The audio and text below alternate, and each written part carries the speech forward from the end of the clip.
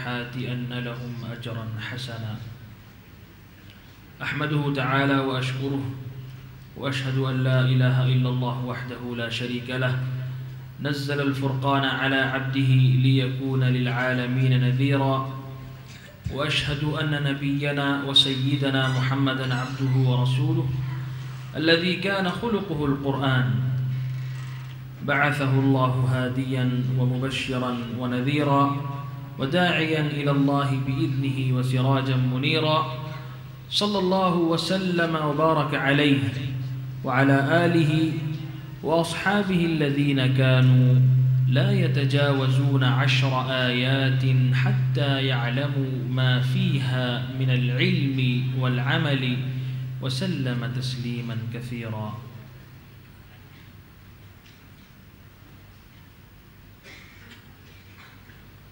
أما بعد، إن شاء الله أولا سأقدم لكم إن شاء الله قراءات متنوعة من أئمة الحرمين الشريفين وغيرهم. فأولا إن شاء الله بصوت الشيخ ماهر المعيقلي حفظه الله، إمام المسجد الحرام، الشيخ ماهر المعيقلي حفظه الله. أعوذ بالله من الشيطان الرجيم.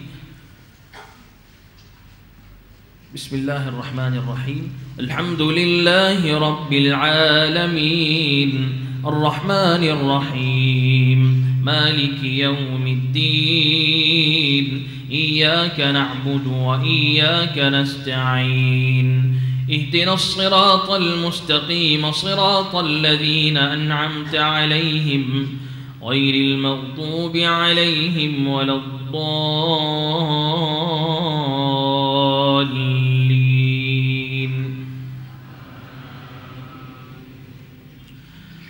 لقد جاءكم رسول من أنفسكم عزيز عليه ما عنتم حريص عليكم بالمؤمنين رؤوف رحيم. فإن تولوا فقل حسبي الله لا إله إلا هو عليه توكلت وهو رب العرش العظيم. الشيخ حسين بن عبد العزيز آل الشيخ حفظه الله من المسجد النبوي الشريف. أعوذ بالله من الشيطان الرجيم. بسم الله الرحمن الرحيم. الحمد لله رب العالمين الرحمن الرحيم مالك يوم الدين، إياك نعبد وإياك نستعين، اهدنا الصراط المستقيم صراط الذين أنعمت عليهم غير المغضوب عليهم ولا الضالين.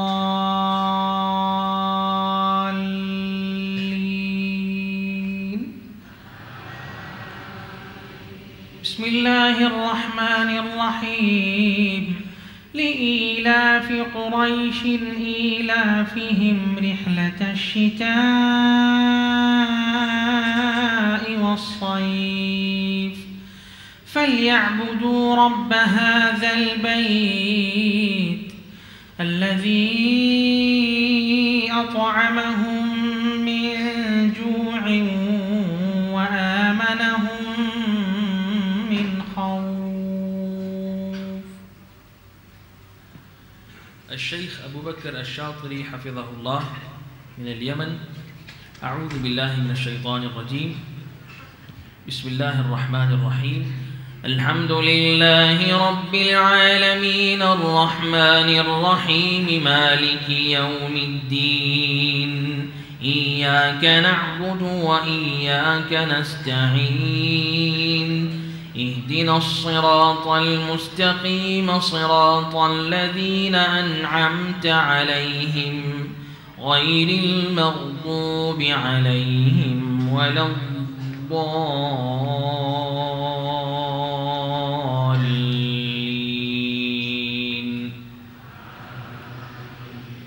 بسم الله الرحمن الرحيم. أرأيت الذي يكذب بالدين فذلك الذي يدع اليتيم ولا يحض على طعام المسكين. فويل للمصلين الذين هم عن صلاتهم ساهون الذين هم يراءون ويمنعون الماعون. الشيخ أحمد العجمي حفظه الله: أعوذ بالله من الشيطان الرجيم. بسم الله الرحمن الرحيم. الحمد لله رب العالمين الرحمن الرحيم مالك يوم الدين. إياك نعبد وإياك نستعين. اهدنا الصراط المستقيم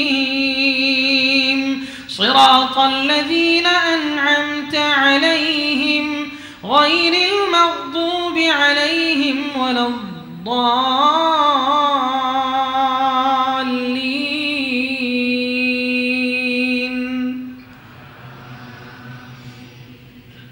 بسم الله الرحمن الرحيم. ويل لكل همزة لمزة الذي جمع مالا وعدده يحسب أن ماله أخلده كلا لينبذن في الحطمة وما أدراك ما الحطمة نار الله الموقدة التي تطلع على الأفئدة إنها عليهم مؤصدة في عمد ممددة. الشيخ سعود بن إبراهيم الشريم حفظه الله من المسجد الحرام: أعوذ بالله من الشيطان الرجيم. بسم الله الرحمن الرحيم. الحمد لله رب العالمين الرحمن الرحيم مالك يوم الدين. إياك نعبد وإياك نستعين. اهدنا الصراط المستقيم صراط الذين أنعمت عليهم غير المغضوب عليهم ولا الضالين.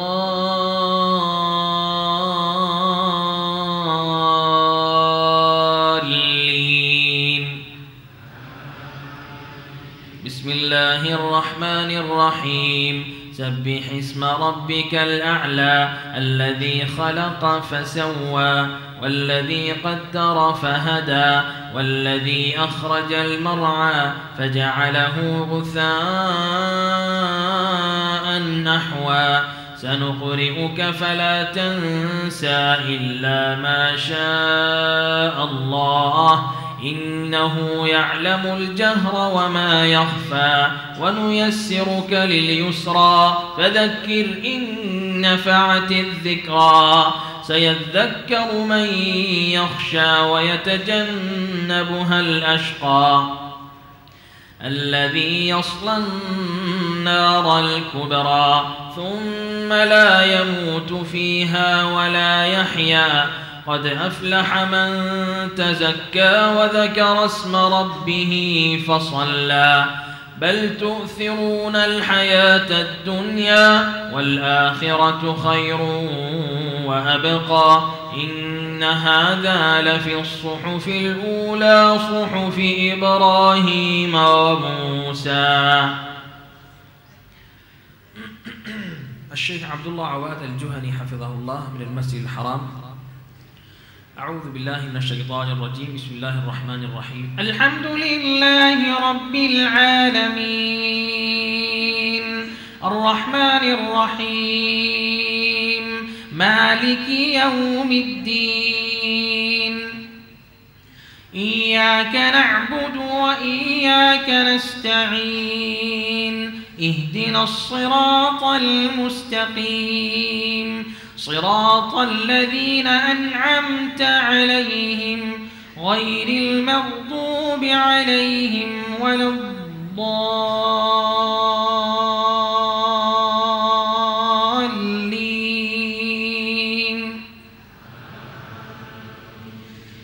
ما كان محمد أبا أحد من رجالكم ولكن رسول الله وخاتم النبيين وكان الله بكل شيء عليما. يا أيها الذين آمنوا اذكروا الله ذكرا كثيرا وسبحوه بكرة وأصيلا. هو الذي يصلي عليكم وملائكته ليخرجكم من الظلمات إلى النور وكان بالمؤمنين رحيما. تحيتهم يوم يلقونه سلام وأعد لهم أجرا كريما. الشيخ علي عبد الله بن علي جابر رحمة الله عليه من المسجد الحرام.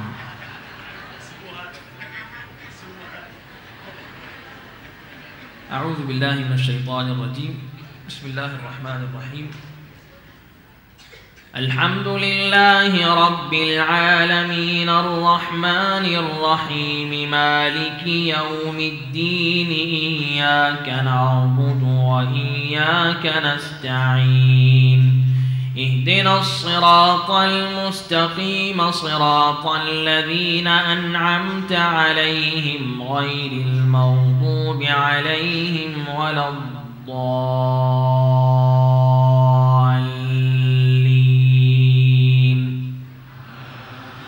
يا أيها النبي إنا أرسلناك شاهدا ومبشرا ونذيرا وداعيا إلى الله بإذنه وسراجا منيرا. وبشر المؤمنين بأن لهم من الله فضلا كبيرا. ولا تطع الكافرين والمنافقين ودع أذاهم وتوكل على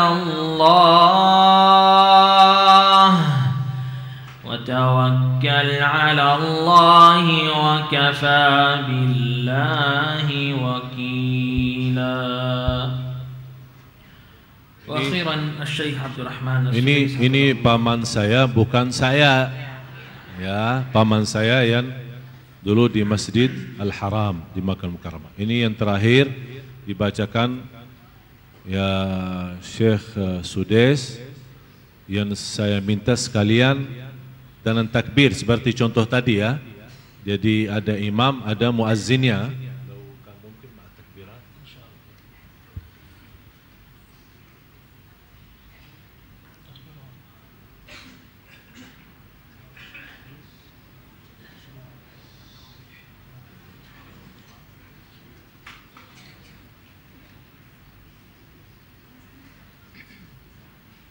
أعوذ بالله من الشيطان الرجيم. بسم الله الرحمن الرحيم. الحمد لله رب العالمين الرحمن الرحيم مالك يوم الدين إياك نعبد وإياك نستعين اهدنا الصراط المستقيم صراط الذين أنعمت عليهم غير المغضوب عليهم ولا الضالين.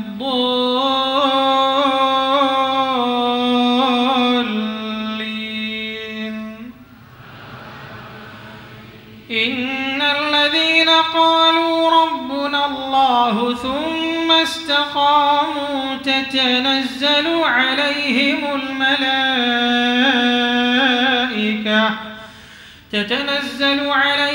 الملائكة ألا تخافوا ولا تحزنوا وأبشروا بالجنة التي كنتم توعدون.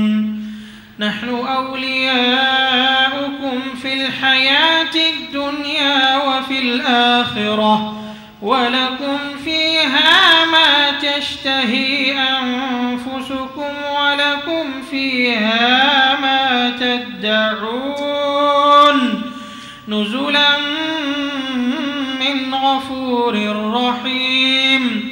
ومن أحسن قولا ممن دعا إلى الله وعمل صالحا وقال إنني من المسلمين.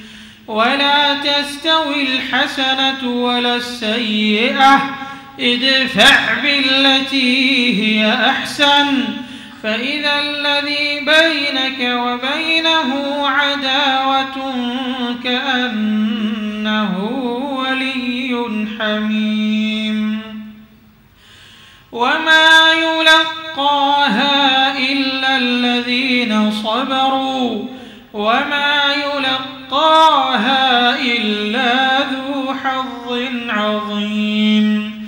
وإما ينزغنك من الشيطان نزغ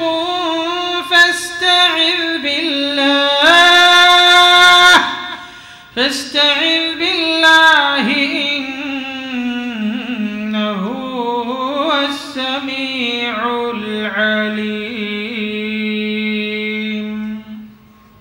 الله أكبر الله أكبر. سمع الله لمن حمده ربنا ولك الحمد. الله أكبر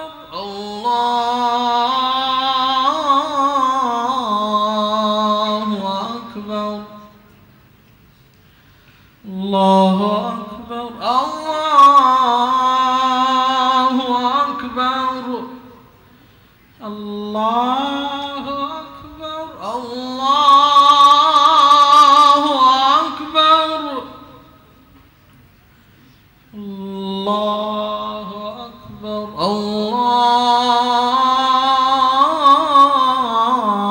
الله أكبر.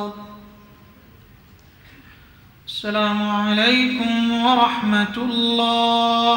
السلام عليكم ورحمة الله. السلام عليكم ورحمة الله. السلام عليكم ورحمة الله. جزاكم الله خير.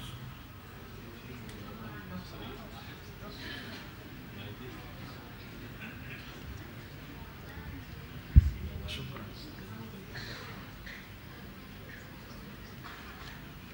Kalau dia bilang Assalamualaikum, ya udah selesai.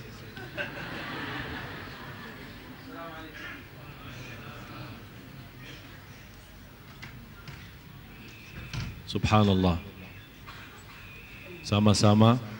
Subhanallah walhamdulillah wa la ilaha illallah wallahu akbar. Subhanallah والحمد لله ولا إله إلا الله والله أكبر سبحان الله والحمد لله ولا إله إلا الله wallahu akbar. Mudah-mudahan anak kita, cucu kita semua seperti Syekh. Luar biasa. Kira-kira dengan bacaan yang terakhir Sudes dan rekaman yang saya tadi, gimana? Sama enggak? Bisa dibedakan?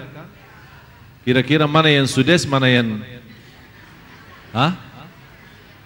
yang tadi, yang direkaman, terus yang langsung, bukan Sudes ya. Ternyata juga yang direkaman yang saya tadi dengarkan untuk jamaah sekalian itu, beliau juga. Sampai ibu saya waktu salat di belakang beliau, dia kaget, kok Sudes datang sini, ada apa? Padahal dia bukan Sudes, tapi subhanallah, itulah kemuliaan Al-Quran. Kemuliaan Al-Quran. Begitu kita memberikan waktu segala untuk Al-Quran, di situ akan Allah balas dengan keberkatan, suara, umur, sehat, walafiat.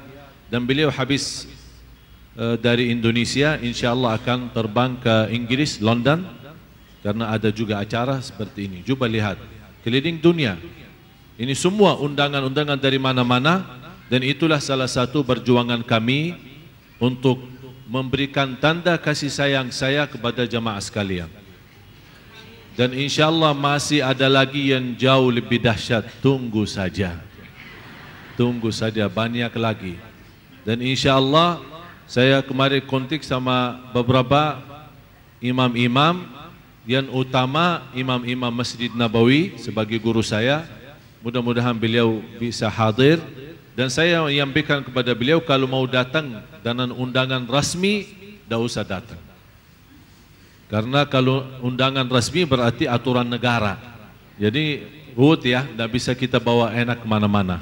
Ya, tapi saya minta tolong datang sebagai guru saya dan sebagai silaturahim saja. Tidak usah bagi aturan negara, supaya kita enak, bisa kita lebih lama sama beliau, tidak ada istilah protokol. Kita bisa menikmati beliau menjadi imam dan juga bisa menyampaikan doa-doa untuk kita semua. Amin ya rabbal alamin. Saya mohon semua jamaah tolong doakan saya. Ya, jangan lupa doakan saya karena ini semua berkah bantuan jamaah sekalian, dukungan jamaah sekalian, bantuan juga jamaah sekalian untuk bisa menghadirkan seperti mereka ini. Dan insya Allah sebagaimana kita sudah sama-sama menikmati suasana tadi malam, sebagaimana kita juga menikmati setiap bulan Ramadan membawa imam-imam baru, insya Allah bulan Ramadan yang akan datang mudah-mudahan kita sama-sama panjang umur, sihat walafiat, bertemu dalam Ramadan. Insya Allah lebih baik, imam-imam lebih baik, lebih istimewa. Dan kita akan di bulan Ramadan bukakan kursus khusus, belajar bagaimana tekniknya kita bisa membaca Al-Quran seperti ini. Karena ada yang suka Sudes ya, kita insya Allah akan bina, insya Allah bisa membawa suara Sudes. Ada orang suka suara guru lain atau ulama lain atau bacaan yang lain, insya Allah ada programnya. Ini semua dengan bantuan dan doa Bapak Ibu yang insya Allah tidak sia-sia dan diterima di sisi Allah Subhanahu wa Ta'ala. Sebelum kita salat duha, panitia mana panitia? Panitia Sunda Kelapa mana? Mana panitia? Tabungan amal ada enggak? Saya minta sekarang sebelum kita salat, saya minta semua yang hadir tanpa kecuali. Mohon ya. Saya sudah memberikan perjuangan dan insya Allah Allah Maha tahu bagaimana saya sayang dan cinta jamaah sekalian semua yang hadir. Dan ini semua apa yang kami berjuangkan, apa yang kami menghadirkan para imam-imam, ulama, para salihin untuk membawa berkah bagi kita, yang saya harapkan insya-Allah masa depan Indonesia jauh lebih baik. Menjadi insya-Allah Indonesia makmur, aman, menjadi negara Al-Quran, jauh dari segala bala dan musibah. Sekarang kita minta tanda terima kasih, balasan dari Bapak Ibu semua. Ini bukan untuk saya tidak minta buat saya. Yang saya minta untuk juga Sunda Kelapa, Masjid Sunda Kelapa. Karena begitu saya nawarkan ke Masjid Sunda Kelapa untuk mendatangkan seperti ini dan mendatangkan insya-Allah yang lain-lain yang jauh lebih baik, alhamdulillah diresponin dan diterima, dan alhamdulillah tidak pernah menolak undangan seperti ini. Ini semua demi jamaah. Sampai pengurus menyampaikan kalau memang jamaah senang, jamaah ingin seperti ini, dan jamaah bisa menikmati salatnya dan bisa menikmati keberkahan orang-orang salih yang seperti mereka ini, alhamdulillah mereka sangat mensupport dan sangat mendukung untuk kita terus berjuang. Oleh karena itu saya minta semua di samping doa, karena saya yakin insya-Allah sedekah kita dan infak kita yang ikhlas sebelum salat duha, begitu kita salat duha, insya-Allah salat duha di kali ini akan jauh lebih nikmat. Kenapa? Karena kita mendahulukan sedekah sebelum salat. Dan sudah saya jelasin, banyak Allah rahasiakan soal sedekah terikat dengan salat. Alladzina yuqimuna as-salata wa mimma razaqnahum yunfiqun. Oleh karena itu saya mohon semua panitia tolong tambah kecuali, tidak boleh ada yang tidak. Silahkan berapapun segala isi tasnya, dompetnya, ongkos pulang, tak punya pulang jalan kaki. Ya, yang penting tak usah fikir pulang. Yang penting fikirkan sekarang agar kita nanti salat duha sama-sama doa, insya-Allah diterima segala hajat kita oleh Allah Subhanahu wa taala. Amin ya rabbal alamin. Saya juga ikut ini. Ini Mas.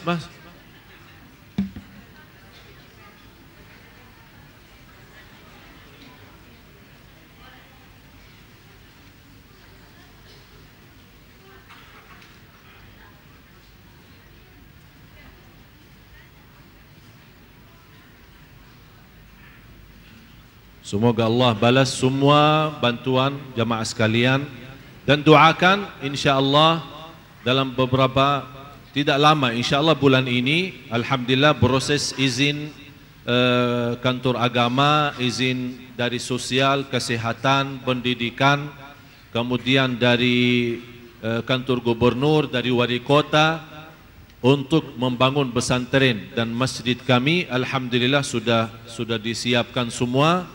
Dan insya-Allah dengan doa Bapak Ibu yang sudah saya bagikan brosurnya, mohon di belakang brosur itu ada doa dan amalan, jangan dibuang ya. Ada doa dan amalan. Kalau memang tidak mau wakafkan sesuatu, tidak apa-apa. Yang penting doanya dan amalan jangan ditinggal, karena insya-Allah banyak manfaat untuk kita semua. Yang merasa doa itu sudah anda punya, mau kasih ke orang lain, silahkan bebas ya. Yang penting doakan, insya-Allah terwujud cita-cita saya pesantren dan masjid yang insya-Allah akan melahirkan anak Indonesia yang insya-Allah suaranya seperti mereka ini akan membina umat Islam di Indonesia menjadi lebih baik dan makmur. Amin ya rabbal alamin. Terima kasih atas kehadirannya semua. Terima kasih semua bantuan dan doa. Semoga Allah hanya saja yang balas. Saya tidak akan mampu balas kecuali mendoakan Bapak Ibu panjang umur, sihat wal afiat, murah rizki, diterima segala amal ibadahnya dan dilipatkan rizki oleh Allah Subhanahu wa taala. Amin ya rabbal alamin. Silahkan sama-sama kita salat duha ya. Masing-masing kan? Ya, masing-masing 4 rakaat. Ya, mohon maaf kami tidak sempat sampaikan dalam brosur itu. Berluas tanah kami insya-Allah yang jadi wakaf 3,5 hektar. 3,5 hektar insya-Allah menjadi untuk masjid dan pesantren.